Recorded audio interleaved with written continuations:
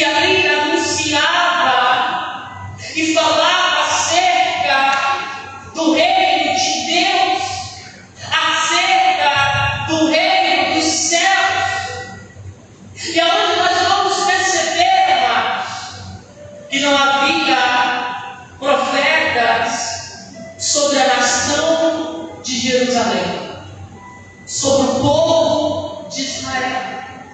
A Bíblia vai nos falar que esse período interbíblico, ele durou há cerca de 400 anos.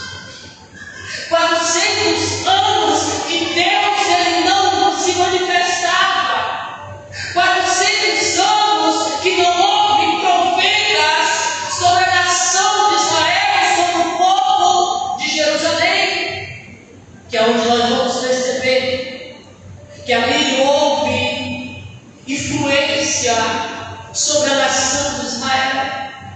Houve influência do povo grego, romanos, dos persas, que eles chegaram sobre a nação de Israel, ali colocando as suas ideologias, ali colocando as suas ciências, para distanciar a nação ainda mais de Deus, para distanciar ainda o povo ainda mais da palavra do Senhor. E aonde nós vamos perceber, amados, que quando o povo, e nesse período do silêncio, a Bíblia fala que no momento que Deus não está falando, que a voz de Deus não está mais sintonizada no meio daquele povo, no momento em que não há profetas, nós vamos perceber, amados, que por mais que não tenha a voz do Senhor, por mais que não tenha profetas, por mais que a frieza espiritual estava tomando conta da nação, nós vamos perceber que nesse período Deus ainda estava conservando e Deus ainda estava guardando os seus remanescentes. O que é, pastor, os seus remanescentes? Aqueles que entendiam a palavra, aqueles que ainda apreciavam pela santidade, ainda pelos que vivenciavam uma vida de adoração, que vivenciavam uma vida de gratidão, de entrega ao Senhor Jesus. E aonde nós vamos perceber que nesse período do silêncio, o anjo do Senhor, ele desce sobre a vida, sobre o santuário. E a Bíblia fala que ele visita um homem chamado Zacarias. E a Bíblia fala que esse anjo, ele chega diante de Zacarias e diz: Zacarias, a tua mulher vai ter um filho. Por mais que ela era estéril, por mais que ela já era avançada de idade, a Bíblia fala que o anjo do Senhor, ele vem diante de Zacarias, dizendo para Zacarias que ela teria um filho. Quando passa 6 meses, esse mesmo anjo, a Bíblia fala que ele visita Maria. E a Bíblia fala que o anjo chega para Maria e diz: Maria, tu vais gerar um filho. E quando esse filho nascer, ele será chamado Filho do Deus Altíssimo, do Deus Poderoso. E a Bíblia fala que essa promessa se cumpriu. Nós vamos perceber que João Batista nasceu. Nós vamos perceber que Jesus nasceu. E agora nós vamos perceber que Jesus, ou seja, Maria e José, ela vai cumprir os rituais, ele vai cumprir conforme a lei. Agora eles vão levar o menino Jesus para o templo. Agora eles vão levar o menino Jesus para ali ser consagrado para ali ser apresentado diante do Senhor. E a Bíblia fala que quando José e Maria entram com o menino, a Bíblia fala que estava ali como sacerdote, a Bíblia fala que estava Simeão. Já era um homem de idade, e aonde ele tinha uma profecia, aonde estava sobre ele uma palavra do Senhor dizendo: Simeão, tu não vai morrer enquanto tu não ver aquele que vai trazer a redenção, aquele que vai trazer a remissão. Ou seja, tu não vai morrer antes de ver o Cristo, antes de ver Jesus. E a Bíblia fala que quando ele pega o menino e quando ele coloca sobre os seus braços para ali consagrar, para ali apresentar diante do Senhor,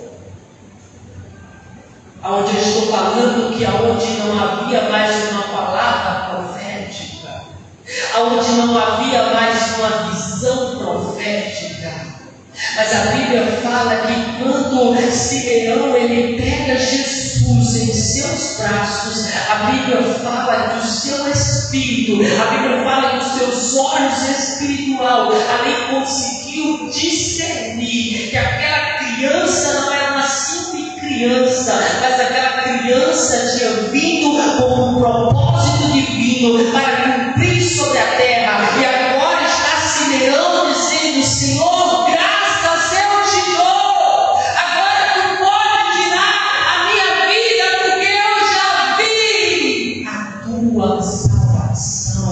Ou seja, ele está dizendo: Senhor, agora eu vi um Cristo no meio do silêncio, no meio da frieza espiritual, no momento que não havia voz profética. Ali tem um velhinho na casa de Deus, no santuário de Deus, e a sua visão física talvez possa estar ofusca, mas a sua visão espiritual está vendo nitidamente.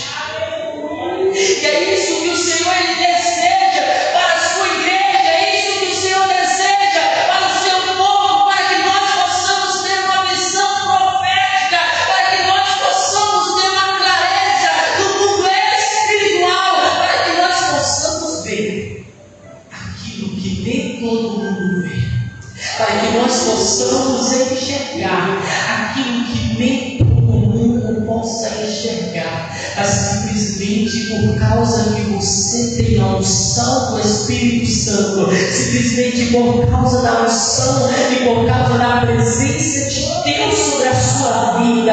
Quando você estiver de frente de qualquer coisa, o Espírito Santo de Deus ele vai te dar clareza espiritual, o Espírito Santo ele vai te dar discernimento espiritual, para que ele possa te mostrar coisas. E a Bíblia fala que ele estava ali, agora ele estava vendo a salvação, ou seja, ele estava vendo Jesus. Aleluia. Mas o que eu acho interessante também é que é nesse mesmo verso 29, no verso 36, a Bíblia fala que também estava ali uma profetisa chamada Ana. Estava ali a profetisa que era chamada Ana. Ela estava ali no meio. Talvez esse era um momento histórico, esse era um momento crucial, que todos esperavam por esse cumprimento, todos esperavam pela chegada do Messias. Mas o que eu acho interessante é a consagração de Jesus. Ela não foi feita como nós consagramos hoje criança.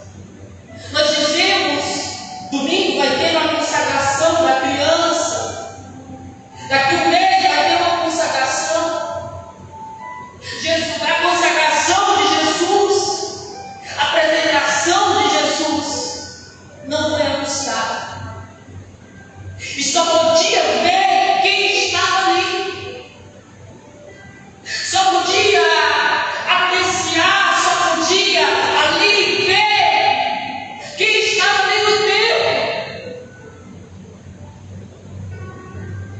talvez muitos queriam ver, mas talvez muitos diziam assim: não, no próxima reunião eu vou, não, na próxima encontro eu vou cultuar, eu vou louvar, eu vou engrandecer.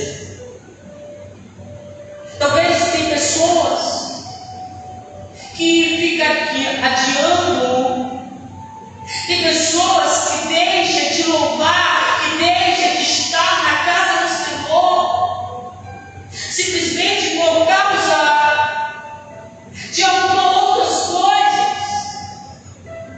E muitas vezes deixa de estar na igreja, deixa de estar no santuário, deixa de louvar, deixa de adorar.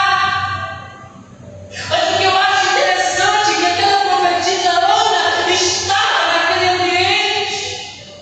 Se ela não estivesse ali, ela não teria visto o Senhor, ela não teria visto o menino Jesus, ela não teria visto o Messias, ela não teria visto.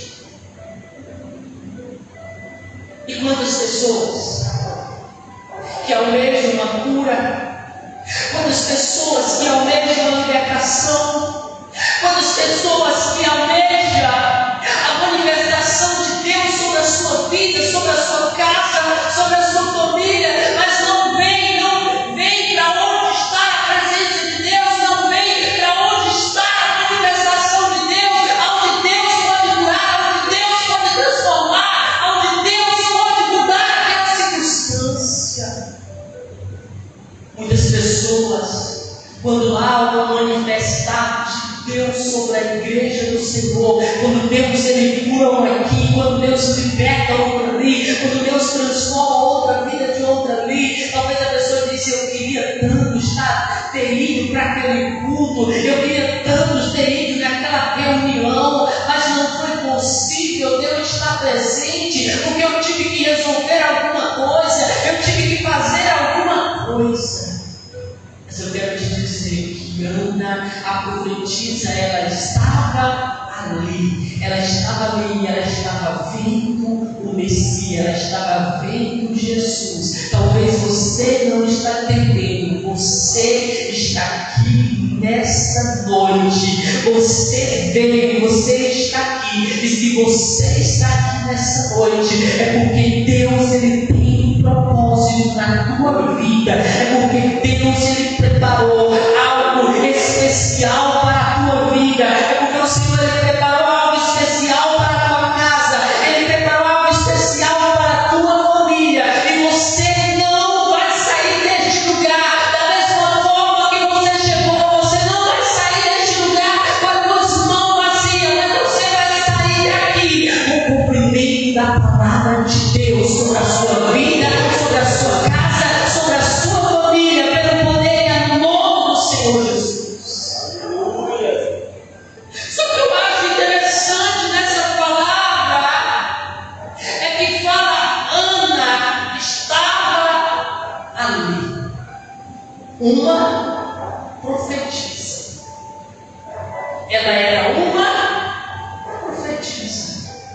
Mas se eu acabei de falar que houve 400 anos que não houve profeta, 400 anos que não houve profeta, que uma pessoa não é usada pelo Espírito Santo, que uma pessoa não é usada por Deus. 400 anos de silêncio. Nunca tinha tido uma pessoa mais como o profeta Isaías. Nunca tinha tido mais um profeta como o profeta Jeremias. Nunca tinha tido mais um profeta como Ezequiel. E se um profeta era difícil, imagina uma profetisa. Porque naquela época a mulher era como se fosse, ou seja, não era tão valorizada. E a Bíblia fala que havia uma profetisa em um período desfavorável.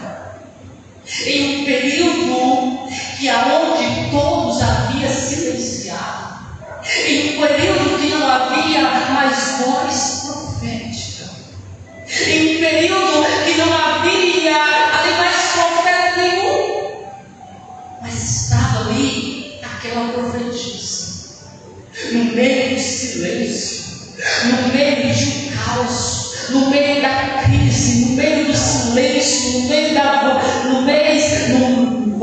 no meio da frieza espiritual, mas ali havia uma profetisa que não havia se rendido à frieza espiritual. Ali havia uma profetisa que aonde muitos não ouviam mais a voz do Espírito Santo, não ouviam mais a voz de Deus, mas ali havia uma profetisa que tinha intimidade com Deus, que não havia se calado. Uma profetisa era aquela que ouvia Deus e que ali transmitia a mensagem do Senhor, ali transmitia a palavra do Senhor.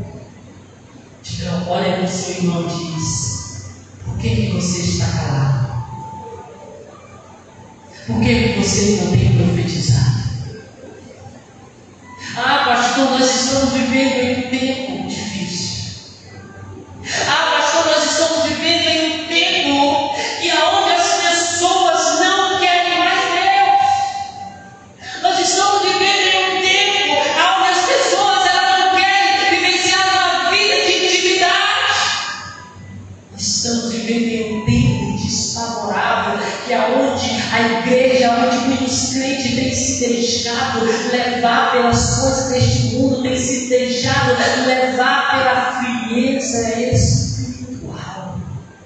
Mas no meio de uma frieza espiritual, aqui tem uma mulher de pé, acesa, viva, profetizando, ali ouvindo, tendo sensibilidade, tendo intimidade com a presença de Deus. Eu quero declarar sobre a sua vida: quanto mais um dia ser desfavorável, mais o Senhor liberar de uma unção dobrada sobre a sua vida, para que você não possa ser frio espiritualmente, para que você não possa se deixar levar pela ventania deste mundo, pela frieza espiritual, mas que o Espírito Santo de Deus, todo o dia, Ele possa te visitar, Ele possa te incendiar, Ele possa liberar ação sobre a sua vida, para que você possa ser um profeta, para que você possa ser uma profetisa lá na sua casa, lá no seu trabalho,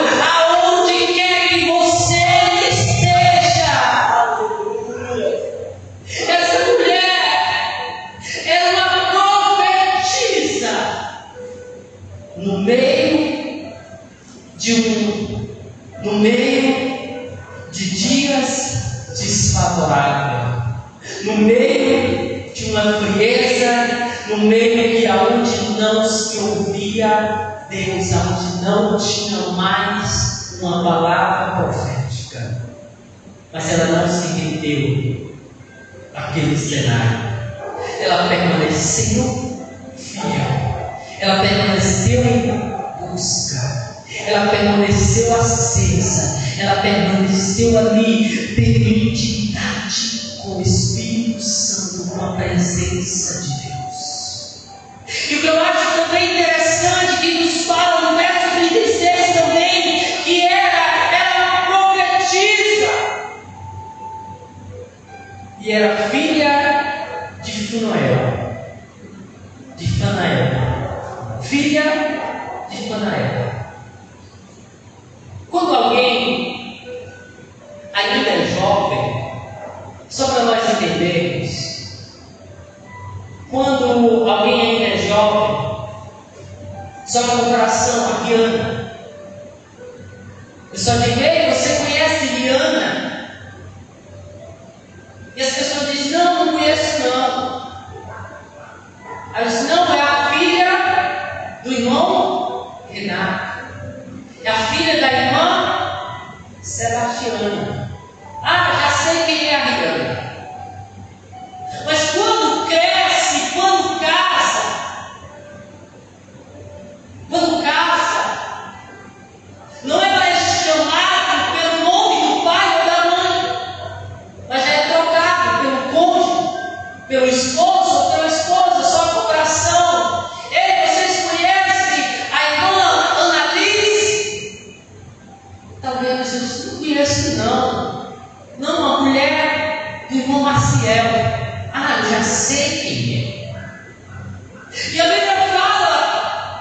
que essa Ana, essa profetisa Ana, era filha de Fanuel. Mas se nós for ler o texto, nós vamos falar que, nós vamos ver que ela foi casada. Ela foi casada há 7 anos. Mas quando durou os 7 anos seu casamento, seu esposo morreu. O seu esposo morreu, e a Bíblia fala que ela viveu mais de 84 anos. Ela viveu 84 anos. Porém, 7 anos que ela teve casada. Mas se nós não caçar o histórico bíblico, por mais que a pessoa morrisse, às vezes é citado o nome do esposo. Quando nós olhamos para a vida de Noemi, nós vamos perceber que Elimelec levou Noemi. Nós vamos ver acerca de um homem que quase destrói a sua família, levou a sua família quase uma sentença de morte. Mas o nome dele foi citado. É um homem chamado Nabal. Só que quando nós olhamos para esse texto, nós vamos perceber que essa mulher foi casada. Mas a Bíblia não conta e não fala e não nos dá o nome do esposo dela. A Bíblia fala que ele apenas teve com ela 7 anos e logo morreu. E quando fala acerca dela, que vai nos dar referência acerca do pai dela, Ana, filha de Fanuel. Por que nos dá referência ao pai e não ao esposo? Porque quando nós se apontasse para o esposo, ela era reconhecida pelo momento da sua tragédia. Ela era reconhecida pela sua dor. Ela era reconhecida pela sua perda. Ela era reconhecida pelo seu momento de aflição. A sua identidade estava inclinada à dor, estava inclinada ali à perda, estava inclinada ao seu momento de aflição. Mas todos que é chamados por Deus, eu e você, que estamos escolhidos do Pai, eu até coloquei uma frase que eu digo assim: pessoas fortes, guardadas por Deus em tempo difícil para uma missão extraordinária, não são conhecidas pela sua dor, mas são conhecidas pela sua filiação de quem foi gerado. Ou seja, você não é conhecido pela sua dor, você não é conhecido pelo momento de aflição, você não vai ser reconhecido pelo seu momento de angústia, mas você é reconhecido pelaquele que te gerou. Você, a tua identidade é filho, é filha de Deus. Por isso que essa mulher nos dá o nome que é chamada filha de Funael. Funael significa a face de Deus. A tua identidade não é a face da tua dor. A tua identidade é a face do teu Criador, do teu Senhor. A Bíblia fala que era filha de Funael, ou seja, a face de Deus. Mas a Bíblia também nos fala que ela era da tribo de Asser. No verso 36 ele fala isso. O que é a tribo de Asser, pastor? Asser era um dos filhos de Raquel. Raquel casada-se com Jacó. E Jacó, antes de morrer, ele abençoou seus filhos. E ele abençoou filho a sério, declarando assim lá em Gênesis 49:20, dizendo assim: o seu pão será corpo, e ele dará delícias reais. O seu pão será corpo, e ele dará delícias reais. Ou seja, o que Jacó estava profetizando sobre a sua vida, sobre a vida dos teus filhos. Vocês terão pães, mas esse pão não será o consumo de vocês. Esse pão não será o alimento de vocês. Este pão será para alimentar príncipes. Este pão será para alimentar outras pessoas. Será para alimentar outras pessoas. E a Bíblia fala que Moisés também, antes de morrer, ele abençoou a geração, a tribo de Assé, dizendo: bendito seja Assé, e os filhos. Bendito seja Assé, e os filhos grandes, e os filhos agradam teus irmãos. Pães sobre as suas mãos, e azeite sobre os seus pés. Lá em Deuteronômio 33:24. Ou seja, que Moisés agora está profetizando: sobre as mãos de vocês terão pães para você abençoar outras pessoas, mas também sobre os pés de vocês terão azeite. Sobre os pés de vocês serão colocados azeite. Imagine que eu estou andando aqui e é colocado azeite nos meus pés.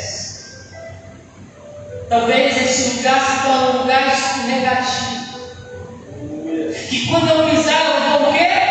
Escorregar e cair. Mas eu não quero que você entenda dessa forma, que eu iria cair, mas que esse azeite será colocado nos meus pés, e no momento que eu pisar, eu serei escorregado, ou seja, eu serei levado por esse azeite, com uma velocidade ainda maior, com uma pressa ainda maior. O que o Senhor estava falando, essa palavra que estava sendo liberada sobre essa geração, era dizendo: não vai faltar pão sobre as mãos de vocês, não vai faltar azeite sobre os pés de vocês. Ou seja, o que Jacó estava dizendo não faltará pão sobre as mãos de vocês. E o que Moisés estava declarando agora: não faltará azeite sobre os pés de vocês. Ou seja, o que Moisés estava dizendo: talvez o pão que vocês têm carregado, o pão que está sobre as mãos de vocês tenham tido dificuldade para alimentar outras pessoas, para distribuir para outras pessoas, mas o azeite que será liberado sobre os pés de vocês irão habilitar vocês, irão capacitar vocês, irão empurrar vocês com a velocidade ainda maior, para vocês cumprirem o propósito do Senhor sobre a vida de vocês, para que essa palavra possa se cumprir sobre a vida de vocês. Diga assim: sobre as minhas mãos. Não, diga assim: sobre as minhas mãos tenho sede. Diga assim: sobre as minhas mãos tenho sede para você consumir. Esse pão é para que você possa distribuir. Esse pão é para que você possa alimentar outras pessoas. Esse pão é para que você possa compartilhar com outras pessoas. Este pão é a palavra de Deus que o Senhor entregou a você. Esse pão é a palavra de Deus que o Senhor confiou a você, para que você possa distribuir para a tua casa, para que você possa distribuir para os teus amigos, para que você possa distribuir para a tua rua, para que você possa distribuir para aqueles que você, aonde você estiver, aonde você chegar. Mas talvez algumas militâncias tenham impedido você, tenham neutralizado você, tenham bloqueado você, para que você não possa distribuir substituir, para que você não possa entregar, mas o Espírito Santo, Ele está debilitando teus pés, Ele está derramando esse azeite sobre os teus pés, para que teus pés possam apressar, para que os nossos pés possam ter habilidade, para que nós possamos fazer aquilo que nós temos dificuldade, e para que nós possamos cumprir.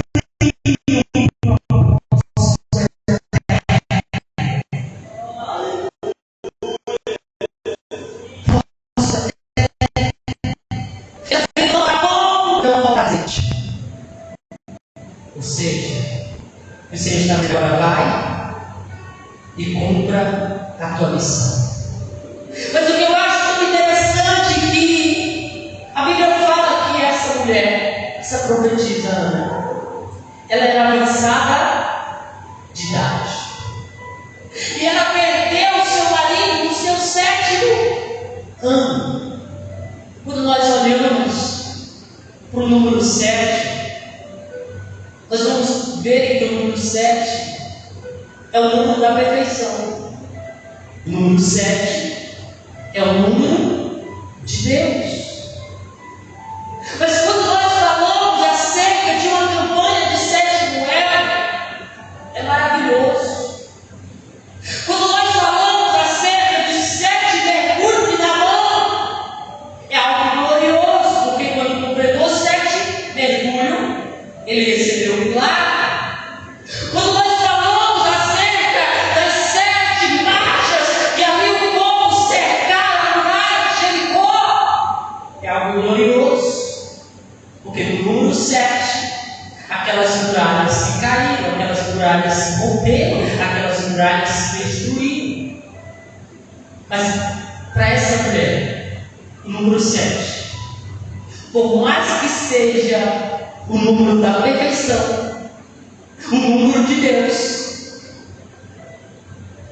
o número 7, o 7º ano, foi o ano da perda, foi o ano da dor, foi o ano do seu choro, foi o ano da sua perda.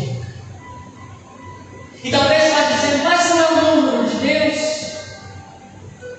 Não é o tempo de Deus, o número 7?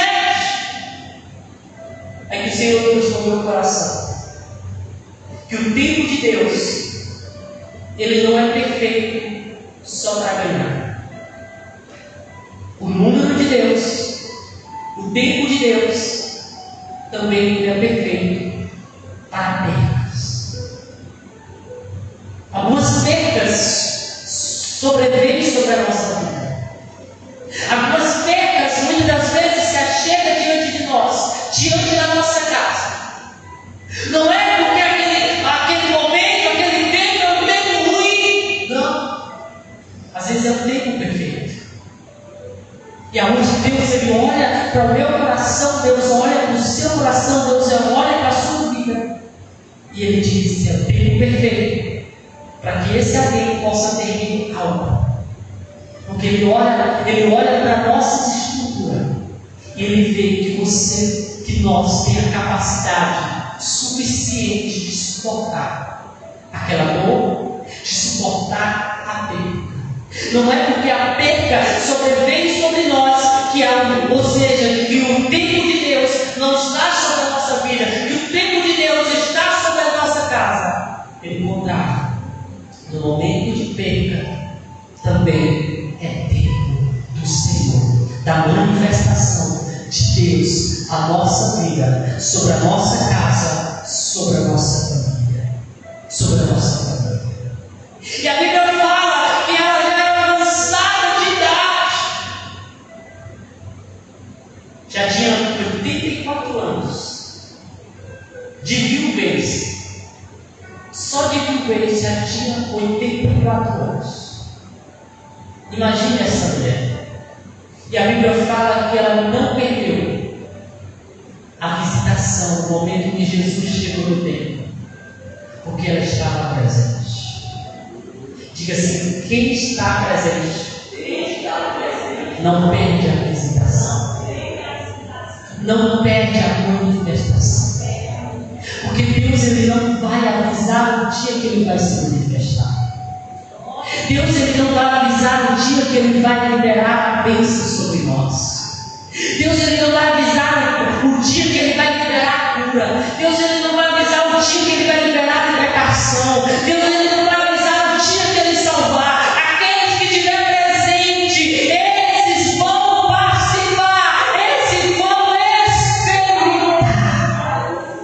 Esse não irá perder.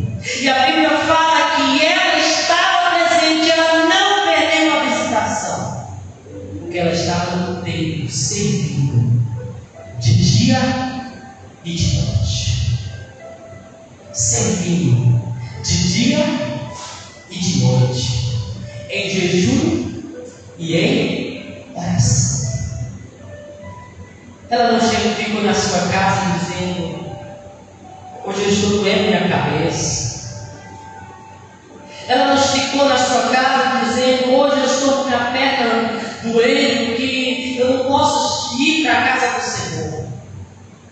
De dia ela estava presente no templo, de noite ela estava no presente, adorando, glorificando, buscando pela presença de Deus, servindo ao Senhor em consagração, buscando o Senhor em oração, buscando o Senhor em jejum. Ela não se apartava da presença de Deus, ela não se apartava da presença de Deus 84 anos, mas ela estava na casa do Senhor, adorando, exaltando e glorificando ao Senhor.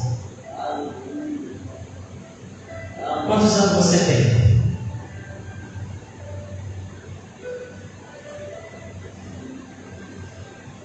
Quantos anos nós temos?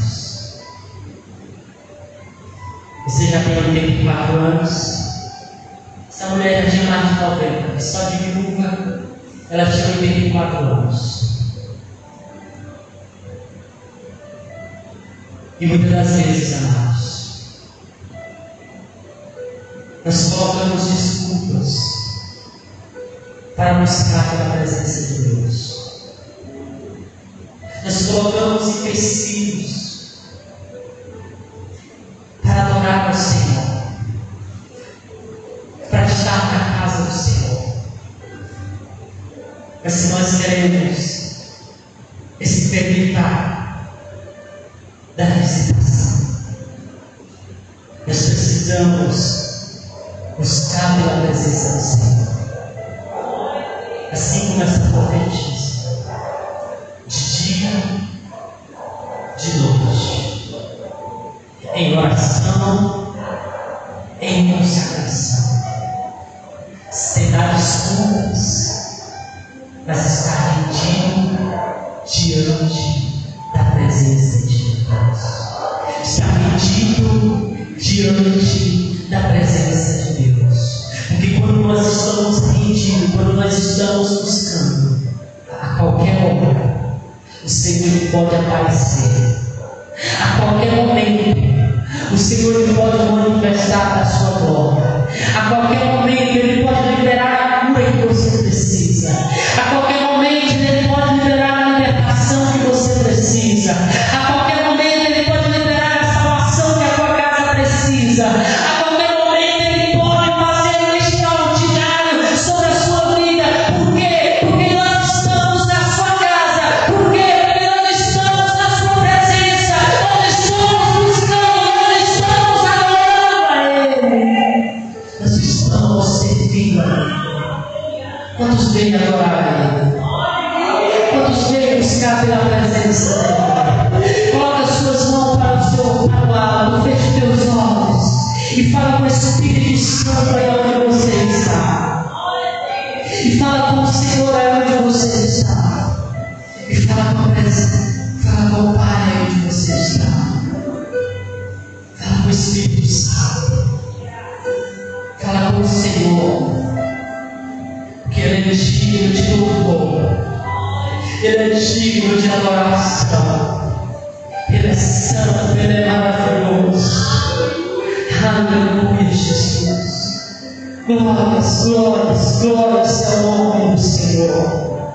Glórias ao nome do Senhor. Aleluias, aleluias.